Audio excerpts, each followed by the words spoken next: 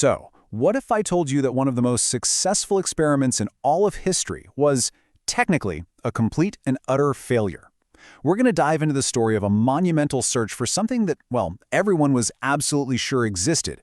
But what they found instead, which was absolutely nothing, ended up changing our entire understanding of the universe. Okay, so our story kicks off with a question that was seriously bugging scientists back in the 19th century. They could see light from stars light years away, right? But that light had to cross the vast, cold, total vacuum of space to get here. So how did it do that? What exactly was it traveling through? To get around this puzzle, scientists came up with this really elegant, really logical, and, as it turns out, completely wrong solution. They imagined there was this invisible, totally undetectable substance that filled every nook and cranny of the universe. They gave it a name, the ether. The official name was the luminiferous ether. And you can think of it like a giant cosmic ocean that everything, planets, stars, us, was just swimming in. Now, for the physicists of the day, this wasn't some wild guess. It felt like a logical necessity. I mean, think about it. How can a wave travel if there's nothing for it to, well, wave through? And their thinking really was rock solid, based on everything they knew. We all know sound waves need air. Ocean waves obviously need water. See the pattern?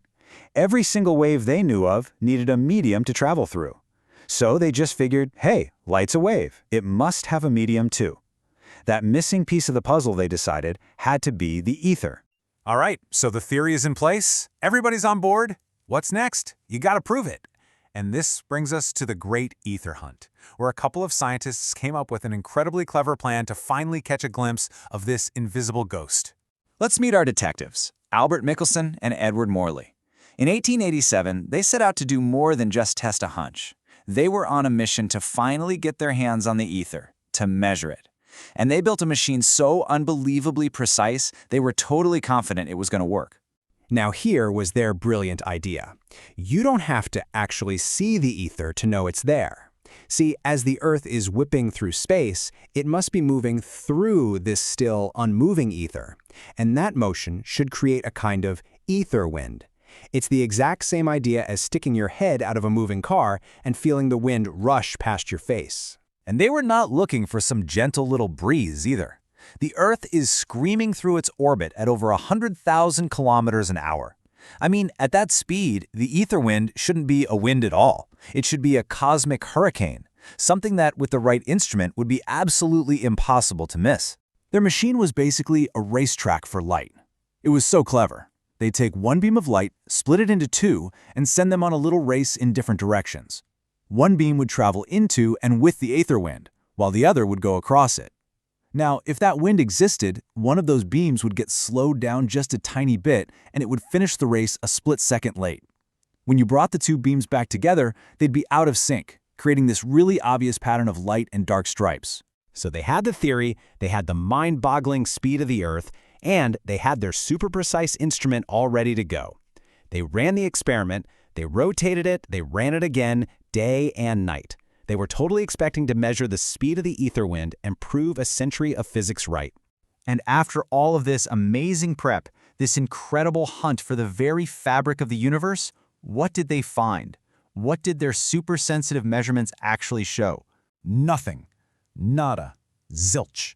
No difference whatsoever. The two beams of light came back from their race in a perfect dead heat tie. Every single time.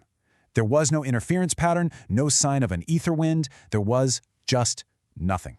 You know, puzzling has to be the understatement of the century. This result wasn't just puzzling, it was a complete shock. It completely contradicted all of established physics. It just made no sense. Their experiment worked perfectly, but the answer it gave was, according to all the theories of the time, totally impossible. For years, scientists scrambled to try and explain away this no result. But then, a new generation of physicists, including a young patent clerk named Albert Einstein, started to wonder something really radical. What if the experiment wasn't wrong? What if the entire theory of the ether was? And this, right here, is the beautiful twist in the story. That empty result, that failure to find anything, wasn't a failure at all. It was the discovery. The experiment didn't break. It had uncovered a profound, fundamental truth about our universe by showing what wasn't there. So this one null result led to a couple of mind-blowing conclusions. First, there is no ether. Light doesn't need any help traveling. And second, something even weirder, the speed of light is always the same for everyone, no matter how fast you're moving. And wrestling with that very puzzle is what led Albert Einstein directly to his special theory of relativity, which completely rewrote the rules of space and time. And that kind of leaves us with one last thought, doesn't it? The story of the ether is just this powerful reminder that even our most cherished, most logical scientific ideas can be completely tossed out by a single, clean experiment. It really makes you wonder, what's the ether of our time? What accepted truth today is just waiting for a future experiment to show that there's nothing there at all?